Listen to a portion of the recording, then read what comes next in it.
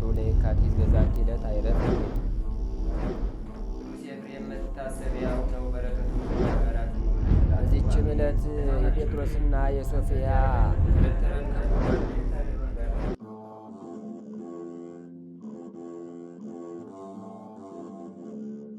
በስመ አብ ወወልድ ወመንፈስ ቅዱስ አሐዱ አምላክ አማስሩ ወሰኒው ለታኅሳስ በዛቲ ዕለት ተዝካረ በዓሉ ለቅዱስ ሚካኤል ሊቀ መላእክት። አንድ አምላክ በሚሆን በአብ በወልድ በመንፈስ ቅዱስም ታኅሳስ 12 በዚች ቀን የመላእክት አለቃ የቅዱስ ሚካኤል የበዓሉ መታሰቢያ ነው። በዚች ቀን በዚህ ወር እግዚአብሔር ወደ ባቢሎን አገር ላከው። የባቢሎን ንጉሥ ናቡከደነጾር ሦስቱን ልጆች አናንያን፣ አዛርያንና ሚሳኤልን ከእሳት ማንደጃ ውስጥ በጣላቸው ጊዜ አራተኛ ገጽ ሆኖ ታየ።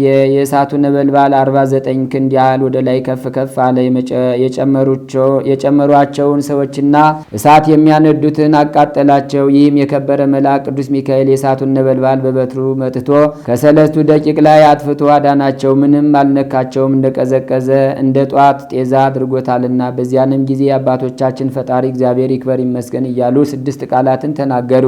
በዚህም ከ600 ዓመት በኋላ ክርስቶስ እንደሚወለድ ትንቢት ተናገሩ። ከዚህም በኋላ የጌታ እግዚአብሔር ስራዎቹ ሁሉ ያመሰግኑታል። እርሱ ለዘላለሙ ምስጉን ልዑል ነው እያሉ 33 ጊዜ አመሰገኑት። በዚህም በምድር ላይ 33 ዓመት ክርስቶስ እንደሚኖር አመለከቱ። ስለዚህም አባቶቻችን የቤተ ክርስቲያን መምህራን የመላእክት አለቃ የሆነ የቅዱስ ሚካኤልን የበዓሉን መታሰቢያ እንድናደርግ ሰሩ። ለእግዚአብሔር ምስጋና ይሁን፣ እኛንም በዚህ በቅዱስ ሚካኤል አማላጅነት ይማረን፣ በረከቱም ከኛ ጋር ትኑር ለዘላለሙ። ሰላም ለካካብ የቅዱሳን እምታውኮ ወለጸረምሶሙ ዘወቃይኮ አመመጻ ወልድ በአፈ ነቢያት ተሰቢኮ ከመያስተፋኑ አራ መላኮ እስከ ምጽናት አምስ ሚካኤል ተለውኮ። በዚችም ዕለት ዳግመኛ የከበረ አባት የዋልድባው አባ ሳሙኤል የረፍቱ መታሰቢያ ነው። ለዚህም ቅዱስ የአባቱ ስም እስጢፋኖስ የእናቱ ስም አመተ ማርያም ነው። እነርሱም በዘመድ የከበሩ ደጎች ናቸው። በአክሱም ምድርም ወለዱት። ባደገ ጊዜም የቤተ ክርስቲያንን መጻሕፍት አስተማሩት። አባቱና እናቱም በሞት ጊዜ ወደ ደብረ በንኩል ገዳም ወደ አባ ዳሃኒ ሂዶ የምንኩስና ልብስን ለብሶ በጾምና በጸሎት እየተጋደለ ኖረ። ፈጽሞ ከሻገተ ጎመን በቀር አይበላም። የሚጠጣውም ውሃ ነው። እህል በመፍጨትና ውሃ በመቅዳት ስራ መነኮሳቱን ይረዳቸው ነበር። ዘመዶቹም ወደ እርሱ እየመጡ ባስቸገሩት ጊዜ ወደ ሌላ ቦታ ሄደ። እግሮቹም እስኪያብጡ ድረስ በጾም በስግደት በመቆም ተጋደለ። ከዚያም ወደ ሌላ በረሃ ሄዶ 40 መዓልት 40 ሌሊት ምንም ምን ሳይቀምስ ኖረ። አንበሶችና ነምሮች የሚያስፈሩ አራዊት ሁሉ ወደ እርሱ በመምጣት ይሰግዱለታል፣ የእግሮቹን ትቢያ ይልሱ ነበር። በአንዲት ዕለትም በጎዳና ሲጓዝ ታላቅ ወንዝ ውሃው መልቶ አገኘ። መጽሐፍና እሳትም ከእርሱ ጋር ነበረ። ጸሎትንም አድርጎ ወደ ውሃው ገባ። ውሃውም ዋጠውና ወደ ታች አወረደው። በእግዚአብሔርም ኃይል ወደ ማዶ ባወጣው ጊዜ መጽሐፉ ሳይደመሰስ እሳቱም ሳይጠፋ አገኘው። ሰይጣንን በሚያስፈሩ አራዊት እየተመሰለ ይፈታተነው ነበር። እርሱ ግን ፈጣሪውን በመታመን ልቡ የታሰረና የጸና ስለሆነ አይፈራም። እርሱም ሲጸልይ ክብር ይግባውና ጌታችን ኢየሱስ ክርስቶስ ወደ እርሱ መጣ።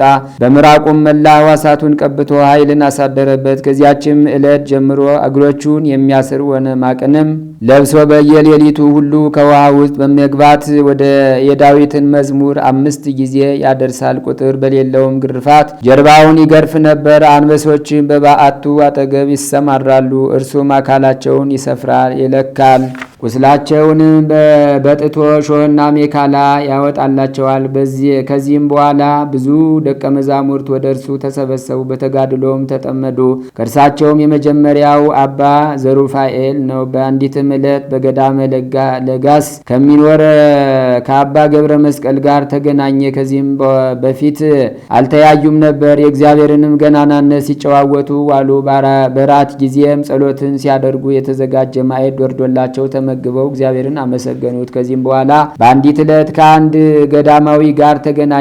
እግዚአብሔርም ያደረገላቸውን ምስጢር በሚነጋገሩ ጊዜ አባታችን ሳሙኤል እንዲህ አለ። እነሆ እኔ በአርያም ቆሜ ከ24ቱ ካህናተ ሰማይ ጋር የአምላክን መንበር ሳጥን 12 ዓመት ሆነኝ።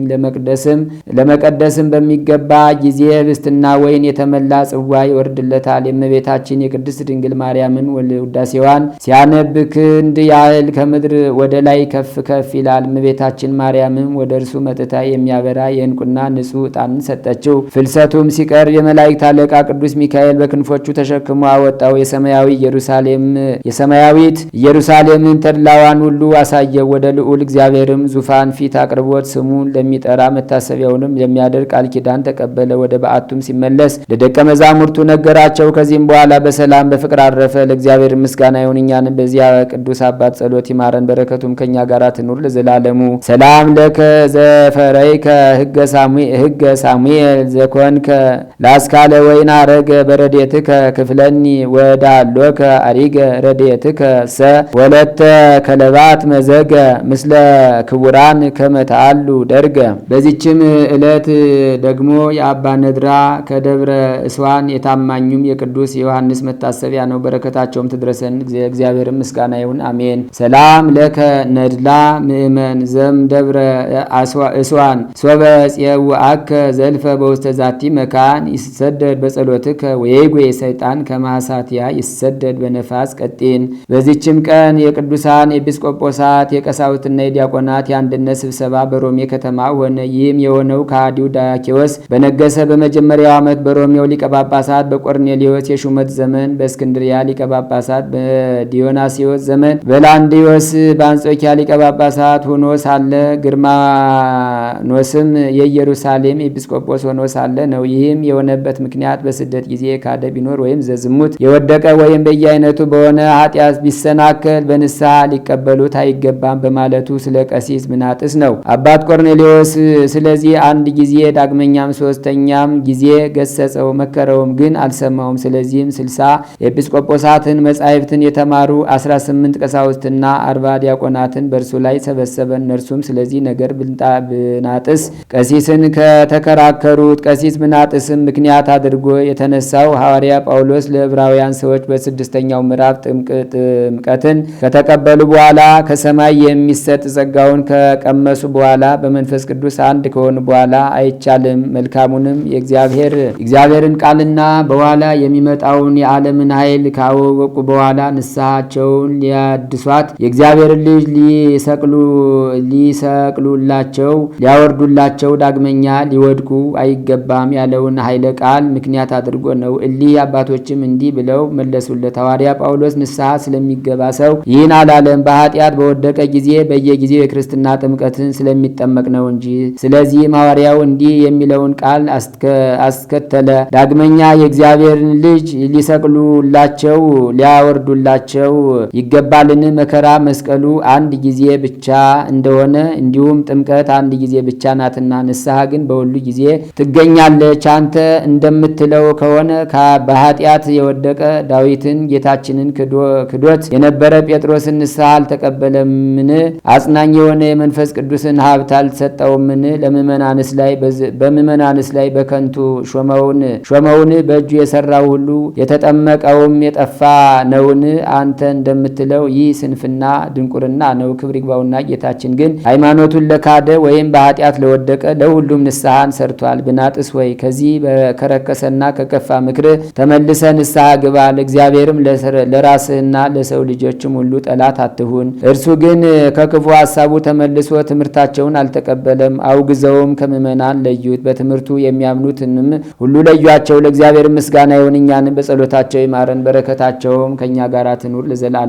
ሰላም ለጉባኤ ክሙ ውስተ አሃተኒ ከኒሳ ኤጲስቆጶሳት ስሳ ባህለ ብናጥስ ታጽርሁ ዘተመሰለ ከመ እንስሳ እይትወከፉ ንስሐ ዘይቤም ድረ ገብረት አበሳ እስመይት ነስ ነፍስ ዳግመ እምርኩሳ። በዚህችም ዕለት በከሃዲው ዲዮቅልጥያኖስ ዘመን ቅዱሳን አንቂጦስና ፎጢኖስ በሰማዕትነት አረፉ። ይህም ሰማዕት አንቂጦስ ንጉሡ ምዕመናንን ያስራቸው ዘንድ አሰርቶ በፊቱ ያኖራቸውን የስቃይ መሳሪያዎች ባየ ጊዜ በቆራጥነት ከሕዝቡ መካከል ተነስቶ ንጉሡን ተከራከረው። ንጉሡም አስረው ወደ ጨዋታ ማያ ቦታ አውጥተው ክፉውን አንበሳ እንዲለቁበት አዘዘ። አንበሳውን ወደ እርሱ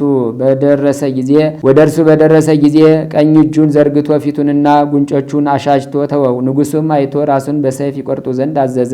ወታደሩም ሰይፉን በመዘዘ ጊዜ ተንቀጠቀጠ፣ መንቀሳቀስም ተሳነው። ሁለተኛውም ሰውነቱ ፈጥና እንድትቆራረጥ በታቹ የእሳት ፍም ወደ ተነሰነሰበትና ቆራርጦ የሚለያይ መሳሪያ ወዳለበት መንኮራኩር ውስጥ እንዲጨምሩ ታዘዘ። እግዚአብሔርም ከዚህ አድኖት ያለ ጉዳት በጤና አስነሳው። ዳግመኛም በውስጧ እርሳስ ወደ አፈሉባት ጋን ውስጥ እንዲጨምሩ ታዘዘ። ሕዝቡም እያዩ የእግዚአብሔር መልአክ ወጥቶ ከጋኑ ውስጥ ነጥቆ በዲዮቅልጥያኖስ ፊት አቆመው። ፎጢኖስም ይህን ድንቅ ተአምር ባየ ጊዜ ልብሱን ጥሎ ተነስቶ ወንድሙን አንቂጦስን ሳመው። ከዳተኛውንም ንጉሥ አንተ ጎስቋላ ወንድሜን እንዴት ታሸንፈዋለህ ብሎ ረገመው። ዲዮቅልጥያኖስም ሰምቶ በአንገታቸው ዛንጀር በእግሮቻቸው እግር ብረት አግብተው ወደ ወህኒ ቤት እንዲጨምሯቸው አዘዘ። ከዚህም በኋላ ስጋቸው ሁሉ ይበታተን ዘንድ ጥፍር ባለው ብረት እንዲሰነጣጥቋቸው አዘዘ። ዳግመኛም ወደ ጨዋታ መስክ ወስደው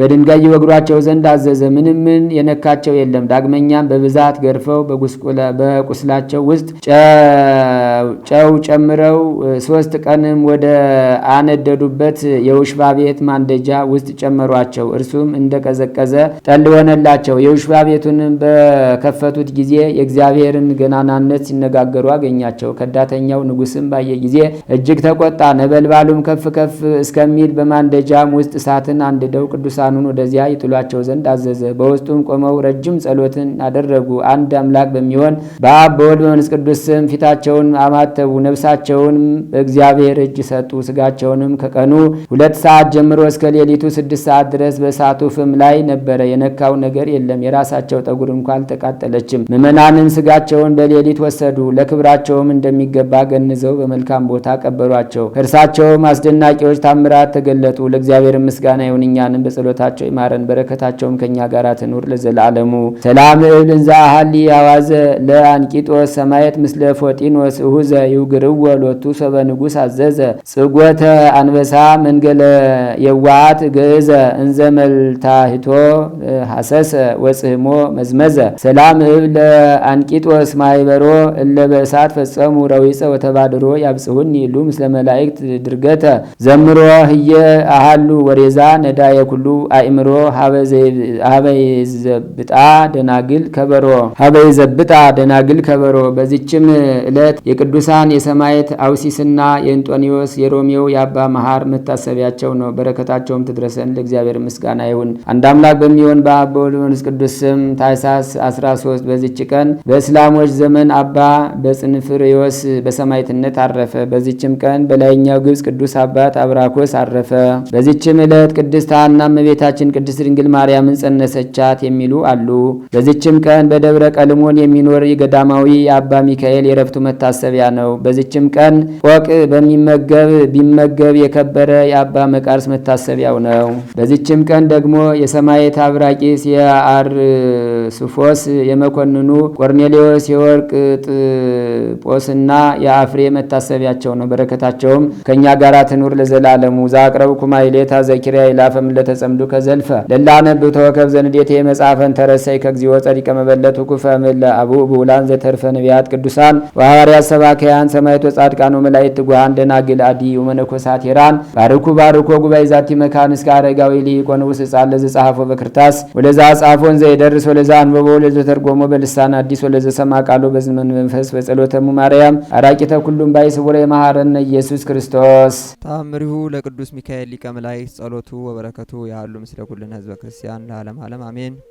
ተፈጥሮ ከነደ እሳት የሚሆን ብዙ የሚያመሰግኑት የምስጋና ባህር እንደ ነጎድጓድ ሚጮህ እጅግ ከሚያስፈራ ከልዑል ሰረገላ ፊት ዘወትር የሚቆም በጉልበቱ እየተንበረከከ ለሰው ልጅ ምሕረትን የሚለምን የመላእክት አለቃ ቅዱስ ሚካኤል ያደረገው ተአምር ይህ ነው።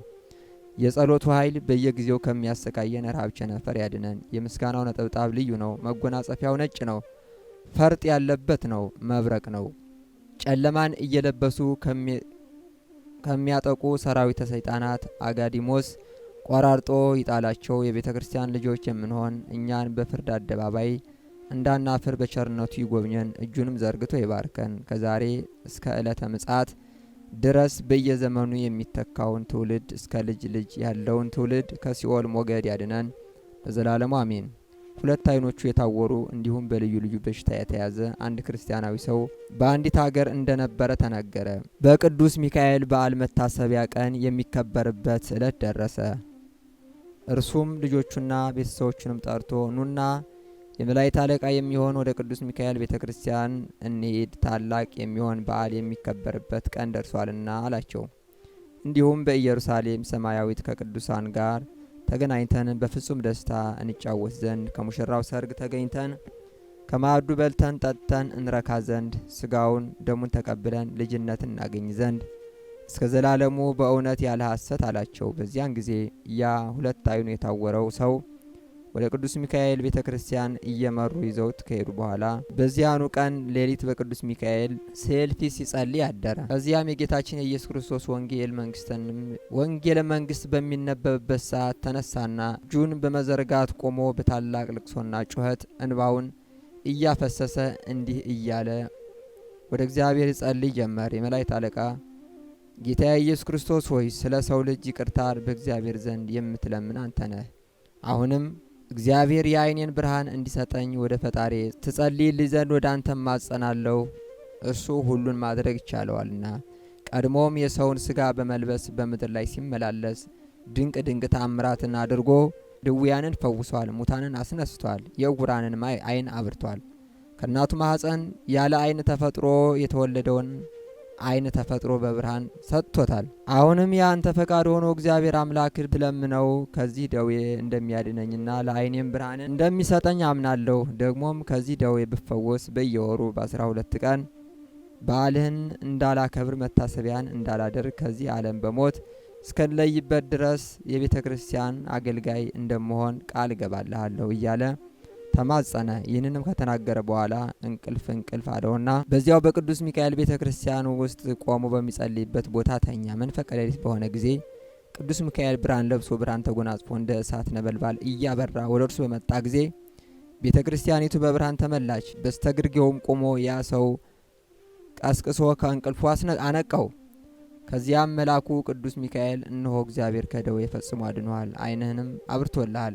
ነገር ግን የተሳልከውን ብጽዓት ያደረግከውን አትርሳ ሲል አስጠነቀቀው። ይህንንም ብሎት በእጁ ዳሶት የእንጨት ቅርፊት የሚመስል ከዓይኑ ላይ እንደወደቀ ቀትርም በሆነ ጊዜ ዓይኖቹ ተገልጠው እንደ ቀድሞ ብርሃንን አየ። በታላቅ ደስታ ፍስሐ እግዚአብሔርንም አመሰገነ።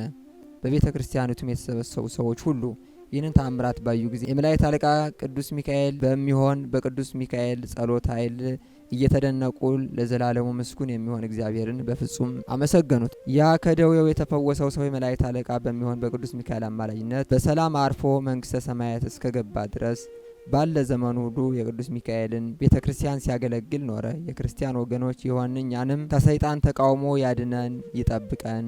የመልአኩ የቅዱስ ሚካኤል አማላጅነትና በረከት አይለየን ለዘላለሙ አሜን። ላይለ ተኩላ ወከይሲ ትጽአን ወትከይድ አንበሳ ወከይሴ። በከይሲው በተኩላው ላይ ትጫናለህ፣ አንበሳውን ዘንዶውን ትረግጣለህ። ቅዱስ ዳዊት ይህንን ለአንድ ሰው ብቻ አልተናገረው። ማንኛውም እግዚአብሔርን ጥግ የሚያደርግ ሰው ሁሉ ይህንን ጸጋ እንደሚያገኝ ነው የተናገረው። መዝሙር 90 ከቁጥር 1 ጀምሮ ዘየሃድር በረድኤተ ልዑል ወይነብር ውስተ ጸሎቱ ለአምላከ ሰማይ ነው። ይሄ ዘንዶውን ከይሲውን ትረግጣለህ፣ አንበሳውን ዘንዶውን ትቀመጥበታለህ ተብሎ የተነገረለት ሰው አንድ ሰው ለሰው ሳይሆን ዘየሃድር በረድኤተ ልዑል በልዑል እግዚአብሔር ረድኤት የሚኖር ረድኤት እግዚአብሔር ያልተለየው ያራቀው ወይነብር ውስተ ጸሎቱ ለአምላከ ሰማይ በሰማይ አምላክ ጥላ ስር ያለ ሰው ሁሉ ነው በዚህ የሚጠበቀው። በዚህ የሚኖር ሰው ይሄ ነገር አያገኘውም። ግን ረድኤተ እግዚአብሔር እኛ ጋር የሚኖረው እንዴት ነው? እኛስ በልዑል አምላክ ጥላ ስር የምንኖረው እንዴት ነው የሚለው እሱ ብዙ ትግል ይጠይቃል። ዝም ብሎ በቃል ብቻ የሚገኝ አይደለም። እይቀርብ እኩይ ሀቤከ ወእይበው መቅሰፍት ቤተከ ይላል። ክፉ ወደ አንተ አይመጣም፣ መቅሰፍት ወደ ቤትህ አይገባም፣ መላእክቱን ያዙልሃል፣ ይጠብቁሃል፣ እግር እንዳይሰናከል እያለ ነው የሚሄደውና የራሱ መስፈርት ግን አለው። ለማንኛውም አንበሳውንና ዘንዶውን ትረግጣለህ በሚል ርዕሰ ጉዳይ የምንነጋገረው በዚህ ዕለት ሁልጊዜ ቤተ እግዚአብሔር ገብታችሁ ስትሳለሙ በቅዱሳን ስዕል ስትመለከቱ በአንበሳ የተቀመጠ ቅዱስ አይታችሁ አታውቁም? አንበሳ ላይ የተቀመጠ ጻድቅ ማን ነው? በአንድ ድምፅ ነው የሚጠራው። ማን ነው? በአንበሳ የሚሄድ ኢትዮጵያዊ ጻድቅ ማን ነው? አባ ሳሙኤል ዘዋልድባ። ዛሬ የአባ ሳሙኤል ዘዋልድባ ዕረፍት ነው። አገራችን ሰላም ብትሆን ኑሮ ብዙ ኢትዮጵያውያን ወደ ዋልድባ የሚጓዙበት ጊዜ ነበር። አሁን መንቀሳቀስ አይቻልም ከአንድ ወደ አንድ። ማሳያ ነው አባ ሳሙኤል የዚህ ኃይለ ቃል ቅዱስ ዳዊት የተናገረው ትንቢት ፍጻሜ ማሳያ። እግዚአብሔርን እንደ ቃሉ የሚኖሩለት ካገኘ እንደ ቃሉ የሚሰጥ አምላክ፣ በገባው ቃል የሚሰጥ አምላክ መሆኑን ያሳየበት ቅዱስ ነው አባ ሳሙኤል። አባ ሳሙኤል በአክሱም አካባቢ የተወለደ ጻድቅ ነው። በ13ኛው ክፍለ ዘመን መጨረሻ አካባቢ ወደ 1290 አካባቢ ነው የተወለደው። እንግዲህ በእናቱ አባቱ ቤት ጥቂት ከቆየ በኋላ ቤተክርስቲያን ትምህርት ተምሮ በአክሱም ጥቂት እልፍ ብሎ ደብረ በንኮል የሚባል አንድ ትልቅ ገዳም አለ። አባ መድኃኒነ እግዚእ የሚባሉ ትልቅ ጻድቅ ነበሩ። በደብረ በንኮል እጅግ በጣም ትልቅ ጻድቅ። በኢትዮጵያ ቤተክርስቲያን ታሪክ ይሄ የምንኩስናን ስርጭት የምናኔን ስርዓት በማስተማር ግንባር ቀደም ናቸው። ምክንያቱም ወላዲያን አእላፍ የሚባሉት የእሳቸው ልጆች ናቸው እና አባ ኢየሱስ ሞዐ እና አቡነ ተክለ ሃይማኖት የአባ መድኃኒነ እግዚእ ተማሪዎች ናቸው። አባ ሳሙኤል ከነዛ አንዱ ናቸው። ብዙ ሳሙኤሎች በእሳቸው እጅ የመነኮሱ አሉ። በቅዱሳን ታሪክ 7ቱ ከዋክብት የሚባሉ አሉ። በአንድ ቀን እሳቸው ያመነኮሷቸው አባ ሳሙኤል አንዱ ናቸው። ወደ ጣና የሄዱት እና አባ ያሳይ እና አባ ሳሙኤል ዘቆየጻ የሚባለው የጣሬጣው አባ ሳሙኤል፣ የደብረ ሀሎሌው አባ ሳሙኤል፣ የወገቡ አባ ሳሙኤል፣ አባ ያሳይ የማንደባው እነዚህ 7ቱ ነው በአንድ ቀን የመነኮሱት። የተለዩ ስለሆኑ በቤተክርስቲያን ታሪክ ከዋክብት ይባላሉ። 7ቱ ከዋክብት። ከ7ቱ ከዋክብት አንዱ አባ ሳሙኤል ነው። አባ ሳሙኤል በዚያ ገዳም ረጅም ጊዜ ነው ያገለገለው። ቅድስና ዝም ብሎ የሚገኝ ነገር አይደለም። ቅድስና ትልቅ ማዕረግ ነው። ምድራዊ ተራ ማዕረግ እንኳ ዝም ብሎ አይገኝም። ብድግ ብሎ አንድ ወታደር 10 አለቃ፣ 100 አለቃ፣ ሻለቃ አይባልም። ብድግ ብሎ አንድ ሰው ዲግሪ ማስተርስ አለው አይባልም። ለፍቶ ነው 12ኛ ክፍል መጨረስ ምን ያህል እንደሚያደርግም ታውቁታላችሁ። ቅድስና ደግሞ የዚያን ያህል ትግል ይፈልጋል። እና አባ ሳሙኤል እጅግ በጣም ኃያል ተጋዳይ ነበረ እና አባ መድኃኒነ እግዚእ ብዙ ትንቢት ተናግረውለታል። ታላቅ ሰው ትሆናለህ፣ እልፍ አእላፋት ልጆች ካንተ ይወለዳሉ እያሉ ትንቢት ተናግረውለት ነበር እና በርካታ ዓመታትን በዚያ ሲጋደል ኖረ። ቅጠል እየበላ መጀመሪያ አካባቢ እንደገባ ምግብ ሲሰጡት የገዳሙን ዳቤ ለሕፃናት ለድሆችና ለተማሪዎች እየሰጠ እሱ ሐሰር የእህሉን ንፋሽ ከዛ በኋላ ቅጠል እየበላ ረጅሙን ዘመን ያሳለፈው ቅጠል እየበላ ከዚህ የተነሳ ሰውነቱ ደርቆ መልኩ ጠፍቶ ድሮ የሚያውቁት ሰዎች ቢያዩት አያውቁትም። በነገራችን ላይ ቅዱሳን በስዕል እንግዲህ ታውቋቸዋላችሁ። ቅዱሳን እና አቡነ ተክለ ሃይማኖት እና አቡነ ገብረ መንፈስ ቅዱስ እና አባ ሳሙኤል እና አቡነ ኢየሱስ ሞዐ በርካታ ቅዱሳንን በስዕል እናውቃቸዋለን አይደለ? በዚህ ዓለም ሲኖሩ በስዕል እንደምናየው ሆነው አይደለም የኖሩት። ይሄ ክብራቸውን የምንገልጽበት ነው። ክብራቸውን የምንገልጽበት ነው እንጂ መልካቸው እጅግ በጣም ጠቁረው ከስለው ነጭ ሆነው ሰው መሆናቸው እስከማያስታውቅ ድረስ ነው።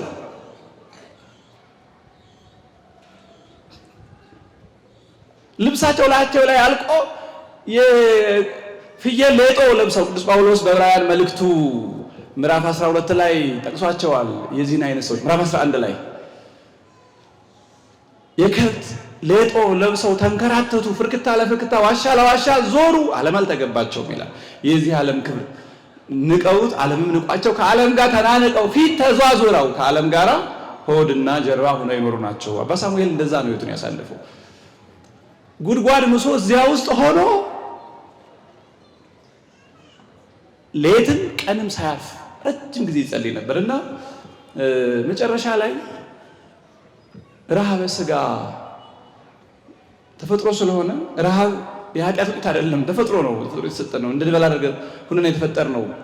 ስለዚህ ኢየሱስ ክርስቶስ ራሱ ተገልጾ መጥቶ ባርኮ ልክ ያንን በዮሐንስ ወንጌል ላይ የተጻፈውን ከእናቱ ማህፀን ጀምሮ ዕውር ሆኖ የተወለደውን ሰው ምራቁን እትፍ ብሎ በምራቁ ጭቃ አድርጎ ዓይን እንደቀረጸለት አባ ሳሙኤልን በምራቁ ሰውነቱን ቀባው፣ ኋላ ደግሞ አውራ ጣቱን አጠባው ይላል ጌታችን ኢየሱስ ክርስቶስ። ከዚያ በኋላ ረሃብ የሚባለው ነገር ጨርሶ ጠፋለት።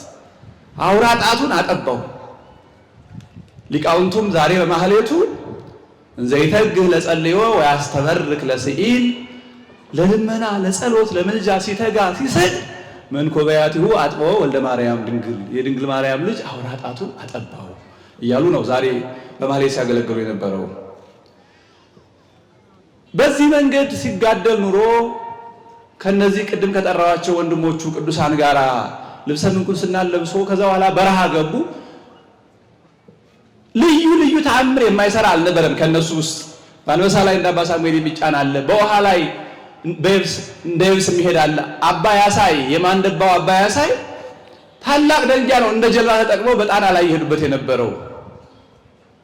ማን እንደ አባ ያሳይ እያሉ ህዝቡ ያደንቋቸው ስለነበር ገዳማቸው እስካሁን ማንዳባ ይባላል። በጣና በጎርጎራ በኩል የሚገኘው ገዳም ማለት ነው። እና አባ ሳሙኤልም አብረው ሄደው ነበር እዛ አካባቢ እና ጸሎት አባ ያሳይ ጋር ጸሎት አደረጉ። እግዚአብሔር ይችን ባሕር ቀድሶ ይሰጠን ይሆን በዚሁ አካባቢ በዓት መስርተን እንድናገለግል ብለው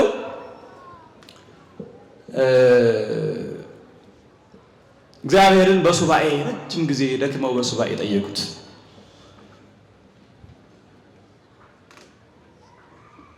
ያን ጊዜ ጌታ እግዚአብሔር አባ ሳሙኤልን ያንተ ምዕራፍህ አይደለም ሌላ ነው፣ ሁር ሀበ ገዳመ ዋሊ ወደ ገዳመ ዋሊ ወደ ዋልድባ ሂድ አለው አባ ሳሙኤልን። ያኔ አባ ሳሙኤል በፈቃድ እግዚአብሔር ወደ ዋሊ ሐቅለ ዋሊ ይባላል፣ የዋሊ በረሃ ማለት ነው። ወደዚያ በረሃ ሄደ። እንግዲህ ዋልድባ ጥንት ጀምሮ የተመሰረተ ቢሆንም ጠፍቶ ኑሮ አባ ሳሙኤል ወደ ዋልድባ ሲገባ ጫካ ብቻ ነው ያገኘው። ከዛ በኋላ የተበታተኑትን ጥንት የነበሩ በልዩ ልዩ ቦታ ያሉ መነኮሳትን ሰብስቦ እልፍ አእላፍ መነኮሳትን ሰብስቦ እያስተማረ ወዲህም ደግሞ እየተጋደለ ወዲያ ወዲህ ሲሄድ በአንበሳ እየተጫነ። በነገራችን ላይ እሱ በአንበሳ ላይ ተጭኖ እንደምናየው ብቻ አይደለም፣ ለአናብስቱም ያዝንላቸዋል። ጋሬጣ ወግቷቸው እሾህ ወግቷቸው ሲያገኝ ቁጭ ብሎ እንደ ሰው እሾሃቸውን አውጥቶ እንደውም በገድላቸው የተመዘገበች አለች። አንዲት አንበሳ ትጨነቃለች ልትወልድ ትጨነቃለችና ሲያያት አውቋል ልትወልድ እንደተጨነቀች ቦታ ደለደለላት። እዛ ላይ መንታ ወለደች። ከዚያ በኋላ ተራ በተራ አንዷን ልጅ እያቀፈ ከእናቷ ጡት ጠጋ እያደረገ እያጠባ ጻድቅ ብእሲ ይምህር ነፍሰ እንስሳሁ ጥበበኛው ሰሎሞን ጻድቅ ሰው ለእንስሳ ነፍስ ይራራል ይላል። ቅዱሳኑ በአቡነ ገብረመንፈስ ቅዱስ ዙሪያ አናምርት ስናይ አባ ሳሙኤል በአንበሳ ላይ ተቀምጦ ስናይ መገልገያ ብቻ አይደለም የሚያደርጓቸው፣ እነሱም ያዝኑላቸዋል። ሲራቡ መሬቱን ባርከው ምግብ እንዲሆንላቸው ያደርጓቸዋል። የረገጡት ምድር ምግብ ይሆንላቸዋል። እንደዚያ እኮ ነው። ቅዱሳኑ እንደ አባት እንደ መጋቢ ነው የሚከተሏቸው። እና አባ ሳሙኤል እጅግ በጣም ደግሞ የእመቤታችን ወዳጅ ነው። የእመቤታችን ወዳጅ ነው። የእመቤታችን ቅዳሴ ማርያምን ሲጸልይ ከመሬት አንድ ክንድ ከፍ ብሎ ይሄድ ነበር አባ ሳሙኤል። ሰዎች አይዩታል። መሬት ለቆ በአየር ላይ ሆኖ እመቤታችን ቅዳሴ ማርያምን ሲጸልየው እንግዲህ እግዚአብሔር ለወዳጆቹ የሚሰጠው ጸጋ ተገልጾ ስለማያልቅ ከዕለታት አንድ ቀን አባ ሳሙኤል ወደ ጉዞ ሲሄድ እጅግ በጣም ውሃ ሞልቶ አገኘ። እንግዲህ መጽሐፉ የብራና ናቸው ድሮ መጻሕፍት። የብራና መጽሐፎቹን ይዞ እንደ ዛሬው ክብሪት ምናምን ላይተር የሚባል ስለሌለ እሳት ይዞ እዚያ የሚሄድበት አካባቢ ለአገልግሎት የሚውል እሳት ውሃ ሞልቷል። ትልቅ ወንዝ ነው። መጽሐፉንም እሳቱንም እንደያዘ ወደ ውሃው ገባ። በስመ እግዚአብሔር በስመ ሥላሴ አማትቦ ገባ። ውሃው እስከ ጭንቅላቱ ዋጠው። ከዛ በኋላ ውሃውን አቋርጦ ሲወጣ እሳቱ አልጠፋ ከእጁ፣ መጽሐፉ ብራናው አልተደመሰሰ፣ እንደው እንደ ደረቅ እርግፍ ሲያደርገው እንደ አቧራው ቡል እያለ ውሃ ሳይነካው። ቅዱሳን ለእግዚአብሔር መላ ሰውነታቸውን ሰጥተው ሲገዙለት ተፈጥሮ ትገዛላቸዋለች፣ ስነ ፍጥረት ይገዛላቸዋል። እነሱ ለእግዚአብሔር ስለሚገዙ መላ ሰውነታቸውን ሰጥተው ሲገዙ ስነ ፍጥረት ይገዛላቸዋል። አባ ሳሙኤል እንዲህ እያደረገ ያለው ከዕለታት አንድ ቀን ደቀ መዛሙርቱ ርቧቸው ባርኮ ውሃውን ህብስት አድርጎ መግቧቸዋል። ውሃውን ህብስት አድርጎ ባርኮ ቀድሶ ቅዳሴ የሚያቆርብበትን ጊዜ ነበረ። የሀገራችን ሊቅ አባ ጽጌ ድንግል ሊቀ ካህናት ሳሙኤል ዘይጼሊ በቅዳሴሃ ማርያምኒ ምንድነው ማርያምኒ ሂዛብ በዲያ ወሃበቱ ክሌታ አማሃ ይሄ አርኬው ነው።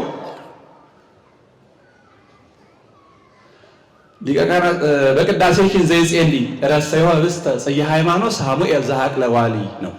ቅዳሴ ሲጸልይ ውሃውን ህብስት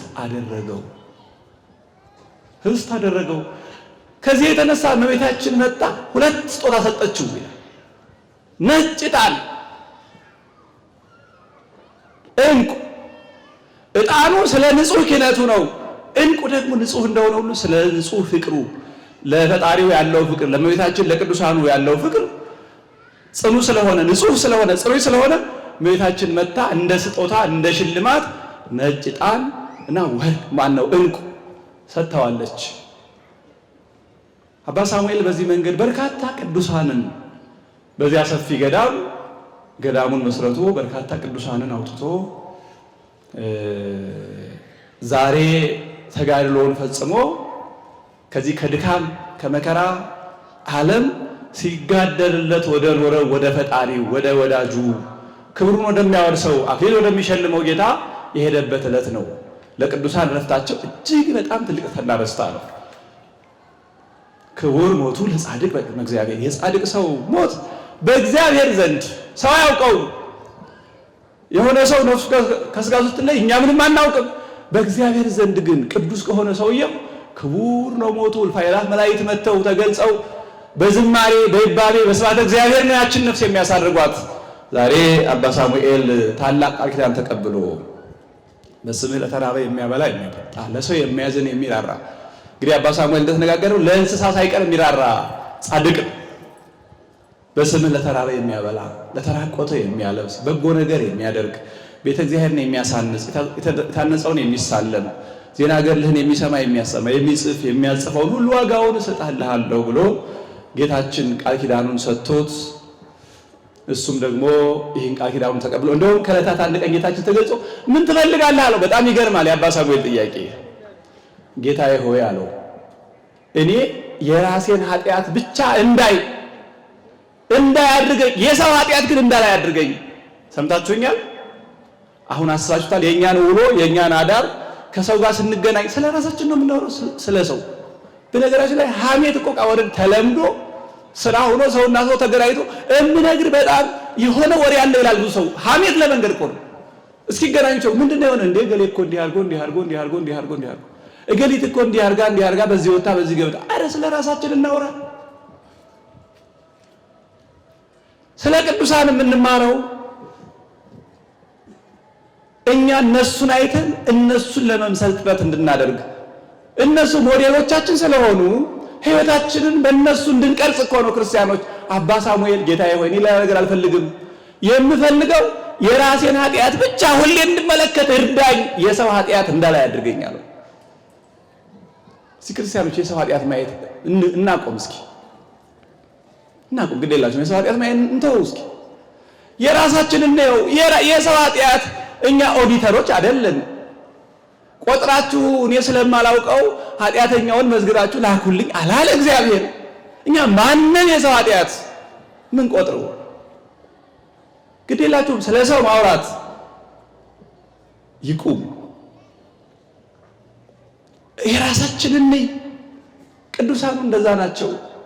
እንዲህ ነው አባ ሳሙኤል ይጸል። ጌታችን ግን አንተ ትሁት ወዳጄ ነህና ከጠየቅከኝ በላይ እሰጥሃለሁ ነው ያለው። ስለዚህ በዚህ ዕለት ይህንን የመከራ ዓለም ድል ነስቶት አሸንፎት አክሊሉን የወረሰበት ጊዜ ስለሆነ በዚህ ጊዜ ቤተክርስቲያን አካሏ ነውና ሳሙኤል ክብሩን ያገኘበትን ዕለት በታላቅ ክብር ታከብረዋለች። እኛም ገና በዚህ በኃጢአት ዓለም ያለነው በረድኤቱ እንዳይለየን ጸጋው እንዲደርሰን እየተማጸን ስሙን እየጠራን ገድሉን እያነበብን እሱን ለመምሰል እንድንጥር የምንማርበት ዕለት ነው ዛሬ። ከቅዱሳን ረድኤት በረከት ያሳትፈን። የአባቶቻችን የቅዱሳን በረከታቸው ትርዳን ትጠብቀን። በስራችን ሁሉ የእግዚአብሔር ቸርነት አይለየን። ሀገራችንን በጽኑ ሰላም ይጠብቅልን፣ ህዝቡን ከህዝብ ያስማማልን። በዓለም የተበተኑትን ህዝበ ክርስቲያን ወገኖቻችን በቸርነት ጠብቅልን። አቡነ ዘበሰማያት ይትቀደስ ስምከ ትምጻእ መንግሥትከ ወይኩን ፈቃድከ በከመ በሰማይ ከማሁ በምድር ሲሳየነ ዘለለ ዕለትነ ሀበነ ዮም ህድግ ለነ አበሳነ ወጌጋየነ ከመ ንሕነኒ ንህድግ ለዘአበሰለነ የታበአነ እግዚኦ ውስተ መንሱት አላ አድኅነነ ወባልሐነም ኩሉ እኩይ እስመ ዚአከ ይእቲ መንግሥት ኃይል ወስብሐት ለዓለመ ዓለም። በሰላመ ቅዱስ ገብርኤል መልአክ ወእግዝእቴ ማርያም ሰላም ለኪ ድንግል በህሊናኪ ወድንግል በስጋኪ እመ እግዚአብሔር ጸባኦት ሰላም ለኪ ብሩክት አንቲ እምአንስት ወብሩክ ፍሬ ከርስኪ ተፈሥሒ ፍሥሕት ምልዕተ ጸጋ እግዚአብሔር ምስሌኪ ሰአሊ ወጸልይ ምህረታ በፍቅር ወልድኪ ኢየሱስ ክርስቶስ ከመ ይስራይ ለነ ኃጣውኢነ ተማኅፀነ ብኪ ኦ እግዚእ ኢየሱስ ክርስቶስ ሠራይ ኃጢአት ሥራይ ኃጢአትየ ወኃጢአተ ኩሉ ሕዝብ ከማይሠራ ኃጢአት እግዚአብሔር ይፍታ።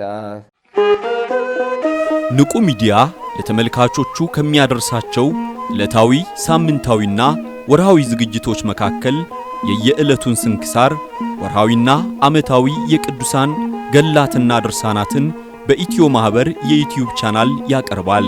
የየዕለቱን ስንክሳር ባሉበት ሆነው በማድመጥ እንዲሁም ወርሃዊና ዓመታዊ የቅዱሳንን ዜና ሕይወታቸውን በማድመጥ ከቅዱሳኑ በረከትና ረድኤት እንዲያገኙ ንቁ ሚዲያ የሁል ጊዜ ምኞቱ ነው። በየዕለቱ የሚለቀቁ ዜና ቅዱሳንን ላይክ፣ ሼር እና ሰብስክራይብ በማድረግ አገልግሎቱን ይደግፉ። ንቁ ሚዲያ ርቱ የቤተ ክርስቲያን ልሳን